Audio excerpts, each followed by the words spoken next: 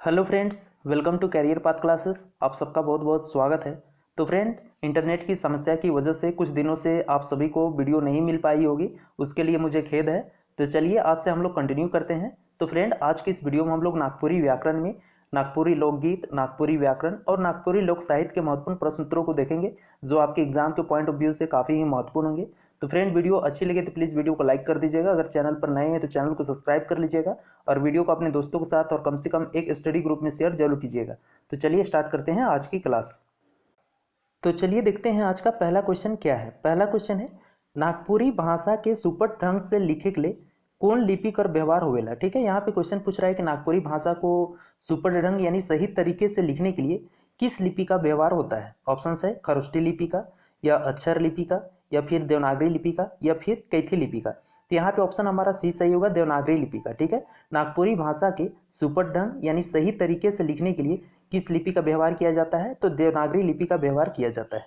Clear है। चलिए next question देखते हैं। नेक्स्ट क्वेश्चन नंबर सेकेंड है, कौन लिपि कर विशेषता स्वर्ण, व्यंजन और मात्रा से संबंधित है।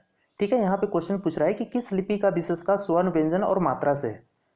कैथी का, हिंदी का, बंगला का, या देवनागरी का। यहाँ पे ऑप्शन हमारा डी सही होगा, देवनागरी का। ठीक है, किस लिपि का विशेषता स्वर, व्यंजन और मात्रा से है, तो देवनागरी लिपि का है। ठीक है, याद रखना है। चलिए नेक्स्ट क्वेश्चन देखते हैं। नेक्स्ट क्वेश्चन नंबर 3 है, सरकार बटले नागपुरी भाषा के लिखे के लिए कौन कौन लिपि के स्वीकार करल जाए। ठीक है, यहाँ पे क्वेश्चन पूछ रहा है कि सरकार तरफ से नागपुरी भाषा को लिखने के लिए किन किन लिपियों को स्वीकार किया गया है। ऑप्शन है कैथी बंगला, देवनागरी उड़िया, या देवनागरी रोमन, या देवल सभी। यहाँ पे ऑप्शन हमारा सी सही होगा, देवनागरी और रोमन।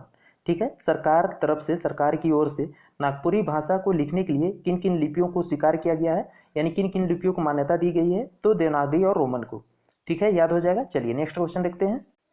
नेक्स्ट क्वेश्चन नंबर 4 है, सार्थक ध्वनि संकेत के लिखे के लिए जो व्यवस्था है उके कहल जाएगा। ठीक है, यहाँ पे क्वेश्चन बोल रहा है कि सार्थक ध्वनि संकेत को लिखने में जो व्यवस्था आया है उसे क्या कहा जाता है, यानी सार्थक ध्वनि संकेत को लिखने के लिए उत्तम तरीका क्या है, किसमें हम सार्थक ध्वनि संकेत को अच्छे से प्रदर्शित कर सकते हैं। लिपि द्वारा, वर्णमाला द्वारा, अक्षरमाला, या ध्वनि समूह। यहाँ पे ऑप्शन हमारा बी सही होगा, वर्णमाला। ठीक है, सार्थक ध्वनि संकेत के लिखे के लिए जो व्यवस्था है कि क्या कहल जाएगा, तो वर्णमाला कहल जाएगा। ठीक है, चलिए नेक्स्ट क्वेश्चन देखते हैं। नेक्स्ट क्वेश्चन नंबर 5 है, मौखिक नागपुरी भाषा कर पहली इकाई का आके। ठीक है, यहाँ पे क्वेश्चन पूछ रहा है कि मौखिक नागपुरी भाषा कर पहली इकाई क्या है, वर्ण, ध्वनि, लिपि, या ध्वनि समूह। तो यहाँ पे ऑप्शन हमारा बी सही होगा, ध्वनि। ठीक है, मौखिक नागपुरी भाषा का सबसे पहला इकाई क्या है, तो ध्वनि है। ठीक है, चलिए नेक्स्ट क्वेश्चन देखते हैं। नेक्स्ट क्वेश्चन नंबर 6 है, सार्थक ध्वनि के लिखे के लिए केकर जरूरत पड़ेगा। ठीक है, यहाँ पे क्वेश्चन पूछ रहा है कि सार्थक ध्वनि को लिखने के लिए किसका जरूरत पड़ता है, लिपि का, शब्द का, वर्णमाला का, या भाषा का। तो यहाँ पे ऑप्शन हमारा ए सही होगा, लिपि का। ठीक है, सार्थक ध्वनि को लिखने के लिए किसका जरूरत पड़ता है, तो लिपि का पड़ता है। ठीक है, चलिए नेक्स्ट क्वेश्चन देखते हैं। नेक्स्ट क्वेश्चन नंबर 7 है, लिपि से क्या समझल जाएगा। ठीक है, यहाँ पे क्वेश्चन पूछ रहा है कि लिपि से क्या समझा जाता है। ऑप्शन है अक्षर संबंधी विशेषता, वर्ण संबंधी विशेषता, या वर्णमाला संबंधी विशेषता, या लिखेक संबंधी विशेषता। तो यहाँ पे ऑप्शन हमारा डी सही होगा, लिखेक संबंधी विशेषता। ठीक है, लिपि से क्या समझा जाता है, तो लिखने संबंधी विशेषता को समझा जाता है। ठीक है, चलिए नेक्स्ट क्वेश्चन देखते हैं। नेक्स्ट क्वेश्चन नंबर 8 है, कोनो लिपि कर विशेषता केकर पर टिकल होवेला। ठीक है, किसी भी लिपि का विशेषता किस पर टिका रहता है वो बताना है। भाषा पर, संकेत चिन्ह पर, वर्णमाला पर, स्वर्ण और व्यंजन वर्ण पर।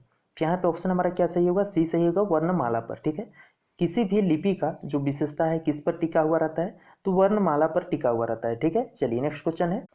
नेक्स्ट क्वेश्चन नंबर 9 है, विदेश से आवल ईसाई मिशनरी मन कौन, यहाँ पे लिपि छूट गया। ठीक है, कौन लिपि कर माध्यम से नागपुरी लिख लें। यहाँ पे क्वेश्चन पूछ रहा है कि विदेश से जितने सारे ईसाई मिशनरी हैं वो सब आए, तो किस माध्यम से, यानी किस लिपि के माध्यम से नागपुरी लिखे, देवनागरी लिपि से, कैथी लिपि से, बंगला, या देवल कोनोनी। तो यहाँ पे ऑप्शन हमारा डी सही हो जाएगा, देवल कोनोनी। क्यों, क्योंकि ईसाई जितने सारे ईसाई पादरी मन थे या ईसाई मिशनरी थे, वे सारे किस लिपि के माध्यम से नागपुरी भाषा लिखे थे, तो रोमन लिपि के माध्यम से लिखे थे। ठीक है, किस लिपि के माध्यम से, तो रोमन। ठीक है, इसे याद रखना है। चलिए नेक्स्ट क्वेश्चन देखते हैं। नेक्स्ट क्वेश्चन नंबर 10 है, देवल में से कौन लिपि झारखंड का पारंपरिक लिपि ना लगे। ठीक है, यहाँ पे क्वेश्चन पूछ रहा है कि दिए हुए ऑप्शनों में से बताना है कि कौन सा लिपि झारखंड का पारंपरिक लिपि नहीं है, देवनागरी, रोमन, बंगला या कैथी। तो यहाँ पे ऑप्शन हमारा बी सही होगा, रोमन। ठीक है, झारखंड का पारंपरिक लिपि कौन सा नहीं है, तो रोमन नहीं है। ठीक है, याद रखना है। चलिए नेक्स्ट क्वेश्चन देखते हैं। नेक्स्ट क्वेश्चन, क्वेश्चन नंबर 11 है, देवनागरी लिपि कर सबसे बड़ विशेषता कौन रूप में देखल जाएगा। ठीक है, यहाँ पे क्वेश्चन पूछ रहा है कि देवनागरी लिपि का सबसे बड़ा विशेषता किस रूप में देखा जाता है। ऑप्शन है एक ध्वनि खातिर एक अक्षर, एक ध्वनि खातिर दो अक्षर, या फिर स्वर्ण वर्ण संबंधी विशेषता, या फिर व्यंजन वर्ण संबंधी विशेषता। तो यहाँ पे ऑप्शन हमारा ए सही होगा, एक ध्वनि खातिर एक अक्षर। ठीक है, देवनागरी लिपि का सबसे बड़ा विशेषता क्या है, तो एक ध्वनि खातिर एक अक्षर। ठीक है, चलिए नेक्स्ट क्वेश्चन देखते हैं। नेक्स्ट क्वेश्चन, क्वेश्चन नंबर 12 है, आषाढ़ सावन महीना में कौन तरह का नागपुरी लोकगीत और राग गावल जाएगा। ठीक है, यहाँ पे क्वेश्चन पूछ रहा है कि आषाढ़ और सावन महीना में किस तरह का नागपुरी लोकगीत और राग, ठीक है, गाया जाता है, उदासी, खेमटा, पावस या गोलवारी। तो यहाँ पे ऑप्शन हमारा सी सही होगा, पावस। ठीक है, याद रखना है, आषाढ़ सावन महीना में किस तरह का नागपुरी लोकगीत और राग को गाया जाता है, तो पावस नागपुरी लोकगीत और राग को गाया जाता है। ठीक है, चलिए नेक्स्ट क्वेश्चन देखते हैं। नेक्स्ट क्वेश्चन, क्वेश्चन नंबर 13 है, उच्च स्वर में गावे वाला राग देवल में से कौन है। ठीक है, यहाँ पे क्वेश्चन नंबर 13 बोल रहा है कि ऊंचा स्वर, ठीक है, उच्च स्वर में गाने वाला राग कौन सा है, जसपुरिया झूमर, मर्दानी झूमर, बंगला झूमर या जनानी झूमर। तो यहाँ पे ऑप्शन हमारा बी सही होगा, मर्दानी झूमर। ठीक है, उच्च स्वर में गाने वाला राग कौन सा है, तो मर्दानी झूमर है। ठीक है, चलिए नेक्स्ट क्वेश्चन देखते हैं। नेक्स्ट क्वेश्चन, क्वेश्चन नंबर 14 है, देवल में से समय कर आधार पर कौन राग प्रचलित आए। ठीक है, यहाँ पे बताना है कि दिए हुए ऑप्शनों में से बताना है कि समय के आधार पर कौन सा राग प्रचलित आया है, कौन सा राग प्रचलित है। ठीक है, अधरतिया, भिनसरिया, झिंगफुलिया या देवल सब है। तो यहाँ पे ऑप्शन हमारा डी सही होगा, देवल सब है। ठीक है, देवल में से यानी दिए हुए ऑप्शनों में से बताना था, हमें क्या बताना था, तो समय के आधार पर कौन सा राग प्रचलित है। तो अधरतिया भी है, भिनसरिया भी है और झिंगफुलिया भी है। ठीक है, तीनों है। क्लियर है, चलिए नेक्स्ट क्वेश्चन देखते हैं। नेक्स्ट क्वेश्चन, क्वेश्चन नंबर 15 है, जनानी झूमर राग कर बंटवारा डॉक्टर कुमारी बासंती कौन आधार पर कर रहे हैं। ठीक है, यहाँ पे क्वेश्चन पूछ रहे हैं कि जनानी झूमर जो राग है उसका बंटवारा डॉक्टर कुमारी बासंती ने किस आधार पर किया है, काल कर आधार पर, समय कर आधार पर, नाच कर आधार पर या पात्र कर आधार पर। तो यहाँ पे ऑप्शन हमारा डी सही होगा, पात्र कर आधार पर। ठीक है, जनानी झूमर का जो राग का बंटवारा है डॉक्टर कुमारी बासंती ने किस आधार पर किया है, तो पात्र कर आधार पर किया है। ठीक है, चलिए नेक्स्ट क्वेश्चन देखते हैं। नेक्स्ट क्वेश्चन, क्वेश्चन नंबर 16 है, लोकगीत कर सबसे बड़ विशेषता रौरे के मानीला। ठीक है, यहाँ पे क्वेश्चन पूछ रहा है कि लोकगीत का यानी नागपुरी लोकगीत का सबसे बड़ा विशेषता आप किसे मानते हो, मधुरता, सरलता, कर्णप्रियता या सुनल बाद याद होवे कर सकती। तो यहाँ पे ऑप्शन हमारा ये सही होगा, मधुरता। ठीक है, नागपुरी लोकगीत का सबसे बड़ा विशेषता क्या है, तो उसका मधुरता है। ठीक है, याद रखना है। चलिए नेक्स्ट क्वेश्चन देखते हैं। क्वेश्चन नंबर 17 है, लोकगीत कर कौन विशेषता इके शिष्ट गीत से जुदा रखेला। ठीक है, यहाँ पे क्वेश्चन पूछ रहा है कि लोकगीत का कौन सा विशेषता है जो इसे शिष्ट गीत से जुदा रखता है, अलग रखता है, मधुरता, सरलता, मुँह जवानी या रस से भरल। तो यहाँ पे ऑप्शन हमारा सी सही होगा, मुँह जवानी। ठीक है, नागपुरी लोकगीत का कौन सा विशेषता है जो इसे शिष्ट गीत से जुदा रखता है, अलग रखता है, तो मुँह जवानी। ठीक है, चलिए नेक्स्ट क्वेश्चन देखते हैं।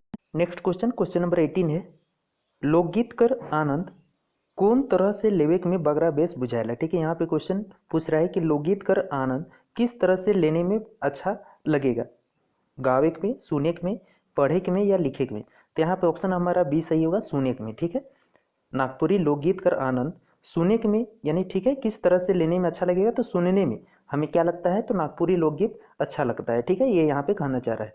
चलिए नेक्स्ट क्वेश्चन देखते हैं। नेक्स्ट क्वेश्चन, क्वेश्चन नंबर 19 है, नागपुरी में हंसी मजाक कर गीत कौन भाग में बगरा मिलेला। ठीक है, यहाँ पे क्वेश्चन पूछ रहा है कि नागपुरी में हंसी मजाक का गीत, ठीक है, हंसी मजाक कर गीत किस भाग में हमें ज़्यादा दिखता है, हमें ज़्यादा मिलता है, फगुआ गीत में, संस्कार गीत में, ए और बी दोनों में, या फिर देवल कोनो नहीं। तो यहाँ पे ऑप्शन हमारा सी सही होगा, ए और बी दोनों, यानी फगुआ गीत में भी और संस्कार गीत में भी नागपुरी में हंसी मजाक कर गीत कौन भाग में बगरा मिलेला, तो ए और बी, यानी फगुआ गीत में भी और संस्कार गीत दोनों में। ठीक है, फगुआ और संस्कार गीत दोनों में। क्लियर है, चलिए नेक्स्ट क्वेश्चन देखते हैं। नेक्स्ट क्वेश्चन, क्वेश्चन नंबर 20 है, समाज में कुछ यौन संबंधी गीत कौन पहर में गावल जाएला। ठीक है, यहाँ पे क्वेश्चन पूछ रहा है कि समाज में, ठीक है, कुछ यौन संबंधी जो गीत होता है किस समय गाया जाता है। शादी ब्याह कर नेग में, मुंडन में, जनेऊ में या जन्म संस्कार में।